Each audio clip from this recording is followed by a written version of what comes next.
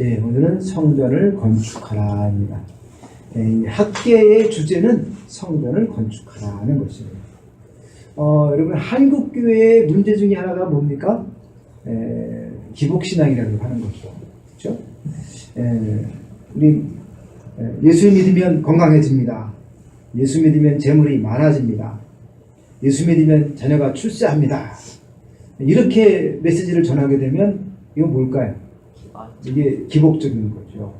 어떤 분들은 그건 완전히 이교적인 거다. 이건 성경적이지 않으니까 이렇게 말하기도 합니다. 그런데 이 기복적인 신앙을 공격하고 배제하는 사람들이 또 있죠, 그죠? 그러면 절대 안 돼.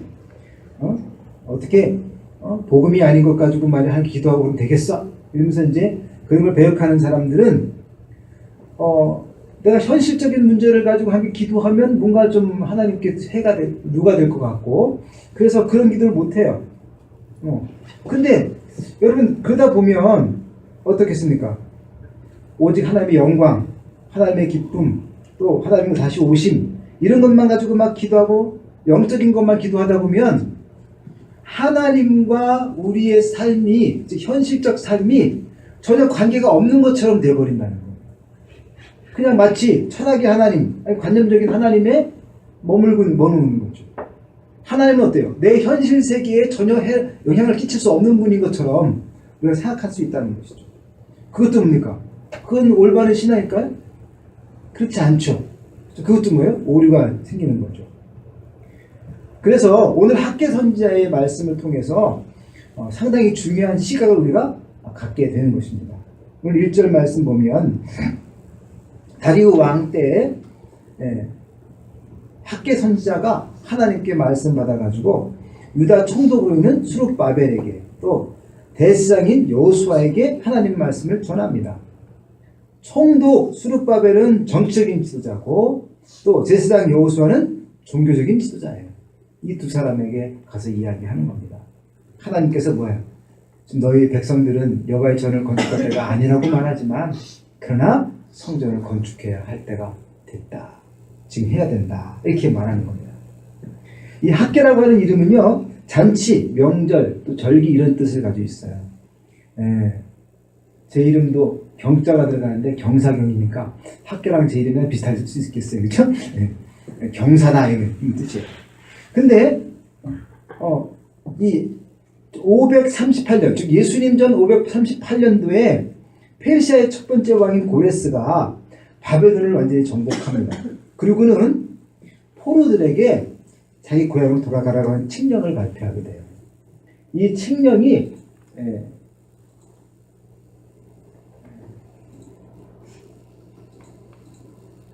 칙령이 고레스 2세의 원주라고 하는 이 토판이 있어요. 여기다가 진흙이 말랑말랑할 때 글씨를 새겨가지고 이걸 굳히면 토판이 되죠. 그죠?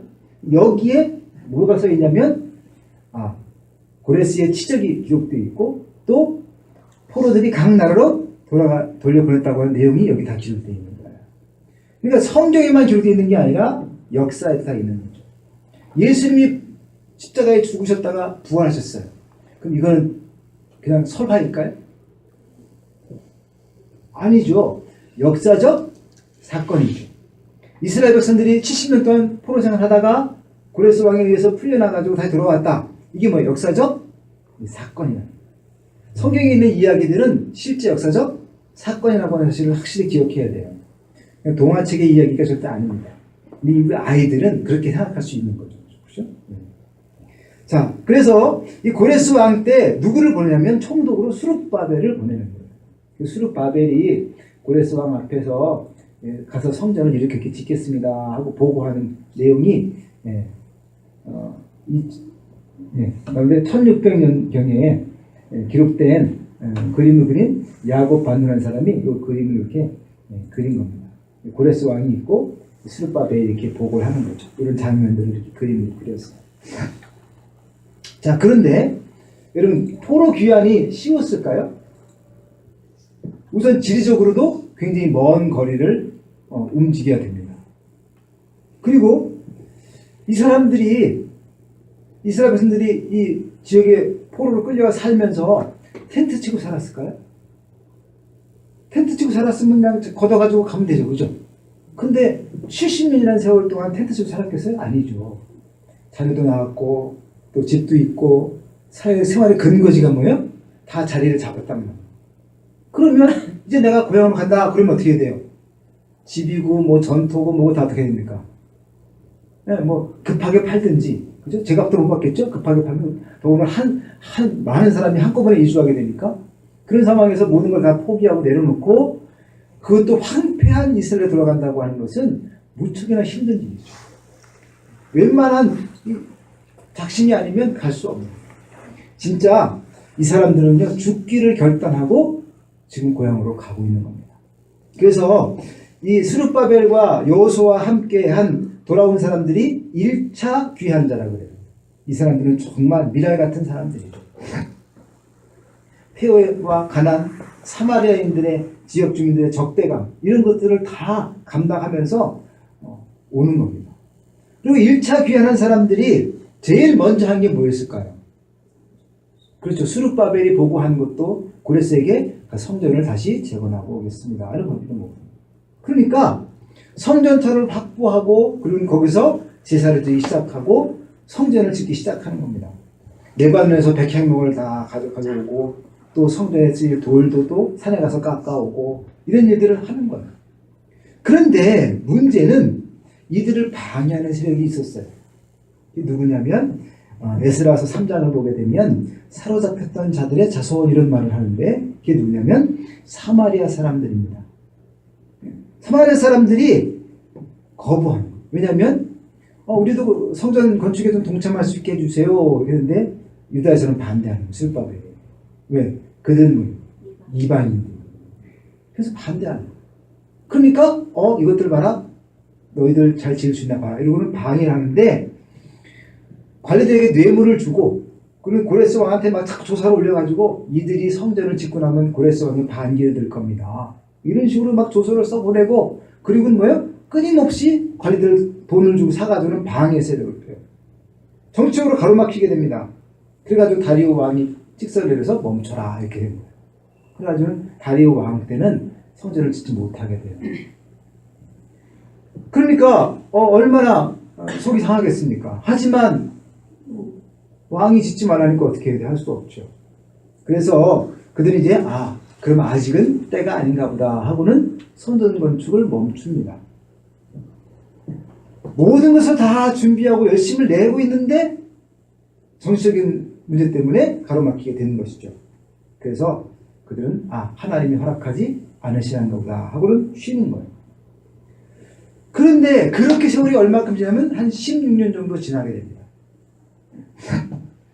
그래서 이제 다리오 왕 때가 돼가지고 고레스 왕 때 멈추게 되고 다리오 왕 때 다시 성전 재건을 시작하게 되는데 이때 누가 나타나냐면 학개 선지자가 나타나서 스룹바벨과 여호수아에게 이야기하는 거예요. 하나님이 성전을 다시 지으라고 하신다. 어떻게 성전을 황폐했는데 너희들은 어떻게 행복한 집에 거할 수 있느냐. 그러면서 다시 성전을 지으라고 이야기하는 거죠. 다시 성전을 지어라. 그래서 만군의 여호와가 이같이 말한 너희의 행위를 살필지니라 이렇게 말씀하십니다. 여러분 1차 귀환자들의 삶은요 정말 팍팍했습니다. 바벨론에서의 삶을 정리하고 황무지 같은 땅 유다 땅에 와가지고 그것을 개간하고 정착하고 더군다나 그것만도 힘든데 거기다가 성전을 건축하라. 이것은 무척 힘든 일이에요. 그렇죠? 근데 삭개가 이렇게 이야기합니다. 너희는 지붕이 얹은 집에 살고 어떻게 하나님의 집은 폐허로 놔두냐. 그러니까 이 말을 들을 때 백성들 입장에서 볼 때는 굉장히 속상할 수도 있을 것 같아요. 그죠? 나도 지금 얼마나 힘든데. 그러면서. 근데 그런 심각한 상태에다가 학개가 또 이렇게 이야기해요. 6절 보세요. 너희가 많이 뿌릴지라도 수확이 적으며 먹을지라도 배부르지 못하며 마실지라도 흡족하지 못하며 입어도 따뜻하지 못하며 일꾼이 싹을 받아도 그것을 구멍 뚫어진 전대에 넣음이 되느니라. 그러니까 마치 뭐예요? 기복신앙에 대한 이야기를 가지고 괜히 뭐 축복받아야 된다고 막 이러면서 막 하나님께 뭐 헌신해야 되고 뭐 헌금도 드려야 되고 성전도 건축해야 되고 막 이렇게 막 부흥 강사들이 막 그렇게 잘하잖아요. 그죠? 마치 그것처럼 학계 선지자가 마치 부흥 강사, 기복적인 이야기를 가지고 막 설파하는 그런 사람처럼 지금 학계 선지자가 이야기합니다. 그러면서 뭐예요? 너희가 힘들어서 못하는 것이 아니라 안에서 힘든 거야. 이렇게 이야기하는 거예요. 마치 성전을 지었더라면 너희가 지금 한재를 당하지 않았을 것인데 너희가 성전을 짓지 않고 멈춰 있으니까 한재가 임해서 모든 소출이 없다. 지금 먹고 살기 힘들다. 이렇게 이야기하고 있는 겁니다. 이 정도면 진짜 기복신앙적인 설교죠. 그렇죠? 너희들 하나님께 잘해. 하나님께 잘 안 하니까 너희 지금 못 사는 거야. 하나님께 열심히 해야지. 그러면 하나님이 채워주실 거야. 이게 지금 학계 선지자의 이야기입니다. 그럼 여러분 이상하잖아요. 학계 선지자는 정말 기복적인 설교를 하고 있네. 그렇죠? 근데 한번 또 생각해 보세요. 예수님은 이렇게 말씀하셨죠. 너희는 먼저 그의 나라와 그의 일을 구하라. 그리하면 이 모든 것을 너희에게 더하시리라. 그러니까 세상 것을 먼저 구하는 게 아니라 먼저 그의 나라와 그의 일을 구하면 하나님 나머지는 채워주신다고 말씀하는 거죠. 그러면 예수님도 기복적인 얘기를 하셨네. 학계도 그러고 예수님도 그러고. 그럼 여러분, 그러면 기복적인 게 맞는 것 같은데요? 근데 여러분, 기복적이다라고 말할 때는요, 최순실 정도를 말하는 거예요. 최순실이가 어떻게 했어요? 자기는 떵떵거리고, 그죠? 근데 뭐 다른 사람 막 무시하고, 그죠? 다른 사람 어떻게든 상관없고, 하나님께 막 감사하고도 막 드리면서 뭐 하길 바라는 거예요? 자기와 자기 자녀, 그죠? 그 자기 식구들만 그냥 잘 먹고 잘 살면 끝나는 거예요. 거기에 막 착복하고 모든 것을 다 그냥 빼돌리고. 이런 마음이 뭐예요? 이게 기복적인 거예요. 먼저 그의 나라와 그 일을 구한다고 하는 건 뭡니까? 하나님께 영광이 되는 삶을 추구하는 거죠. 즉 삶의 중심이 나한테 있는 게 아니라 하나님께 있는 거죠. 그러면 하나님이 들으신다는 거예요. 그렇게 살 때 하나님이 나머지는 뭐예요? 책임져 주신다고 말씀하고 계신 거죠. 그러니까 학계 선지자가 말하는 것과 예수님 말씀하신 것은 기복적인 것이 아니라 성경의 축복의 질서를 이야기하고 있는 거예요. 그러니까 그건 뭐예요? 기복적인 게 아니라 성경적이라고 하는 거예요. 이해되시죠? 기복적인 것은 모두가 풍요로운 세상을 말하는 게 아니라 나만 풍요로운 세상을 말하고 그게 기복적인 겁니다. 내가 하나님께 기도를 드려서 잘 넉넉한 재물을 가지고 살기를 바라고 기도했어요. 그러면 하나님 그것을 가지고요 자기만 떵떵거리고 살면 그건 기복적인 기도예요. 그런데 그걸 가지고 그 사람이 나누는 삶을 살고 있느냐, 그렇죠? 콩 한 쪽도 나눠 먹는다 한 마음처럼 옆에 있는 가난한 사람들을 위하여, 먼 데 있는 선교사들을 위하여 무언가 헌신하고 나누는 삶을 살고 있다면 그 사람은 뭐예요? 그런 기도가 기복적인 것이 아니라 하나님의 영광을 위한 기도가 되는 거죠. 자기만 호사하고 누리려면 그건 기복적인 것 되는 거예요. 그런데 하나님께 영광이라고 하는 기도와 기복적인 기도가 닮아있죠. 그렇죠? 하나님 나에게 물질의 풍요를 주세요. 또 내 직장을 좋은 직장을 얻게 해주세요. 자녀를 공부 잘하게 해주세요. 이런 기도 제목들이 사실은 뭐예요? 기복적인 기도나 또 하나님 중심으로 기도하는 기도나 어떤 내용은 어떻습니까? 닮아있잖아요. 그죠? 그렇죠? 근데 그것을 사람은 판단하기 힘들어요. 옆에 있는 사람은 저 사람이 막 남편을 위해 기도하고 있고 자녀를 위해 막 기도하고 있는데 저 사람은 기복적인데 이렇게 말할 수가 없어요. 우리는 그 사람이 그렇게 기도하면서 뭘 원하는지 어떻게 해서인지 하나님 좋은 직장을 주셔야 우리 남편이 열심히 일하고 그걸 통해서 내가 선교할 수 있지 않겠습니까? 이렇게 기도하는지 아니면 그냥 가정만 잘 먹고 살기 원하는지 내가 어떻게 알 수 있어요? 우리는 판단할 수 없지만 누구는 아십니까? 하나님은 아신다는 거예요. 내가 지금 기복적인 신앙으로 기도하고 있는지 주의 영광을 위해 기도하고 있는지는 하나님은 아신다. 또 하나 누가 아는지 아십니까? 내가 아는 거예요. 내가 이 기도를 드리고 있는데 이 기도의 목적이 무언가는 내가 아는 거예요. 그러니까 여러분 판단은 하나님과 나 사이에서 이루어지는 거예요. 옆에 누구도 판단할 수 없는 겁니다. 근데 여러분, 우리는 학개선제의 외침에 대해서 귀를 기울일 필요가 있어요. 하나님의 집은 무너지든지 말든지 관심이 없으면서 너희 집은 그렇게도 잘 꾸미냐? 내가 지금 골몰하고 있는 그 일이 정말 하나님 나라와 그의 의를 위한 것이냐? 라고 학개선자가 우리에게 묻고 있는 거예요. 그렇죠? 그 때문에 우리가 정직한 대답을 할 수 있어야 된다고 하는 거죠. 선제를 통해 전해진 이 질문 앞에서 솔직한 대답을 우리가 해야 됩니다. 학계는요, 이제라도 백성들이 하나님께서 기뻐하시는 성전 건축을 완성하고 정결한 성전 예배를 통해서 하나님 중심, 그렇죠? 올바른 신앙생활을 하기를 바라고 있는 겁니다. 그럴 때 하나님 뭐예요? 은혜와 복이, 하나님의 복이 임할 것이다 라고 외치는 것입니다. 또 한 걸음 더 나아가서 학계는 성전 완공에 따른 미래의 영광된 비전을 제시하고 있어요. 성전을 재건하는 작업은요, 단순히 하나의 건물을 짓는 일이 아니라는 겁니다. 장차 오실 메시아를 맞이하기 위한 심령을 준비하는 과정이라는 거예요. 거기에 의의가 있는 겁니다. 요즘은 성전 물론 다 교회마다 예배당을 건축할 때 뭐든 다 앞에다 뭐라고 써요? 성전 건축이라고 쓰죠, 그죠? 예. 그러나 사실은 성전은 뭐예요? 예루살렘 성전 하나지. 뭐 성전은 우리 교회마다 다 성전은 아니잖아요, 그죠? 참 성전은 또 누구예요? 뭡니까? 우리가 뭐예요? 하나님의 성전이죠, 그죠? 예. 그러니까 이건 건물이지 성전은 아니란 말이에요. 예배당이지, 그죠? 그런데 여러분, 그러면 예배당은 그럼 지을 필요가 없나요?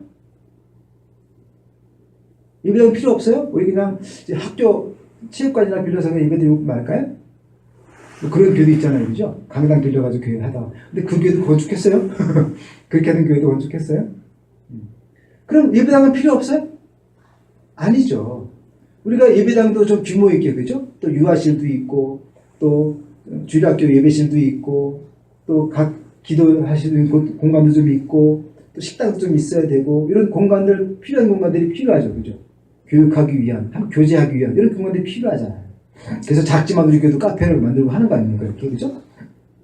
그런 것처럼 신앙생활을 할 때 교회 오신 분들이 또 신앙생활 성도들이 함께 더 교제하고 또 친밀해지고 또 하나님을 예배할 때 또 불편함이 없고 이런 것을 위해서는 예배당이 좀 좋을 필요도 있겠죠, 그죠? 너무 호화로울 필요는 없겠지만 그러니까 우리가 또 전도하기 위해서 또 예쁘장한 예배당이 있으면 전도하기 더 쉬울 수 있지 않습니까? 그러니까 그 모든 과정이 어때요? 우리의 편리와 우리의 신앙 성장을 위한 것이라고 생각하지만 우리의 신앙이 잘 자라는 것을 주님이 원하시고 또 전도가 돼서 많은 사람들이 구원받는 것을 원하시고 하나님께서 결국은 뭐예요? 성전을 건축하겠다 하는 것은 또 그냥 예배당만 짓자는 것이 아니라 뭘 위한 것이 되겠습니까?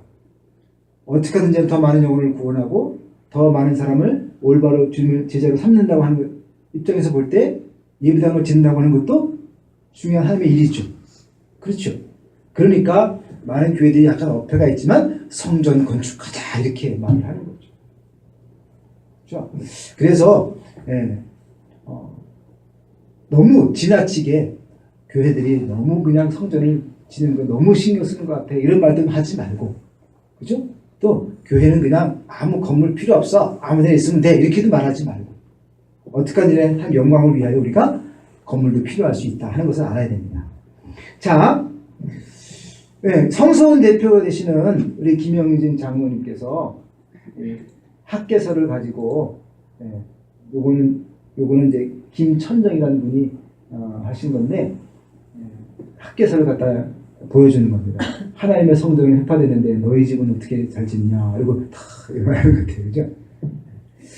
아주 일러스트를 참 잘 그리는 것 같아요. 근데 이분이 김영진 장로님이 쓴 기쁜 우리 좋은 날이라는 시가 있어요. 학개서를 가지고 시로 만든 겁니다. 한번 제가 읽어드릴게요. 하나님의 성전은 누가 짓나 또 무엇으로 짓나 오직 믿음과 기도와 땀과 피가 있어야 하는 것. 그러나 예루살렘에 돌아온 백성들 인접 민족들의 회방으로 겨우 기초공사를 하고 일손을 놓았네. 농사나 열심히 짓자고 아무리 씨 뿌리고 가꿔도 하늘은 비도 이슬도 내려주지 않고 땅은 가뭄으로 곡식들이 자라지 않네. 배불리 먹을 수도 없고 추워도 입을 옷이 없어라. 학계가 부르짖었네. 하나님 성전이 황폐해 있거늘 어찌 축복이 있을 수 있을까. 저 산에 올라가 나무를 베어라. 돌을 깎고 다듬어 성전을 짓자. 백성들은 성전 짓기에 나섰네. 이것이 씨 뿌리는 일이요. 이것이 옷을 만드는 일이요. 이것이 자식을 키우는 일이다. 우리 손으로 지은 성전이 완공되는 날, 그날의 기쁨을 어이할까. 하나님의 영광과 은총이 함께하는 아름다운 잔칫날, 기쁜 우리 좋은 날. 이렇게 시를 썼어요. 여러분, 우리가 하나님을 위하여 일을 하고 또 우리의 작은 것에도 헌신을 하고 수고하면 분명히 하나님이 갚아줄 줄 믿습니다. 하늘에서 해같이 빛나리, 이렇게 복음서 부르지 않습니까? 공중의 새를 먹이고 들의 백합화를 입히시는 주님께서 반드시 풍성함을 우리에게 허락하실 것을 믿습니다. 그래서 믿는 믿음으로 우리가 옆에 있는 사람에게 냉수 한 그릇 대접하면 주님이 갚아주신다고 말씀하고 있지 않습니까? 그래서 우리의 삶이 우선 심령 성전을 잘 건축하기를 바랍니다. 그리고 또 우리가 신앙생활 해야 될 틀, 예배당에 대한 부분도 우리가 생각하는 마음을 좀 갖기를 간절히 바랍니다. 같이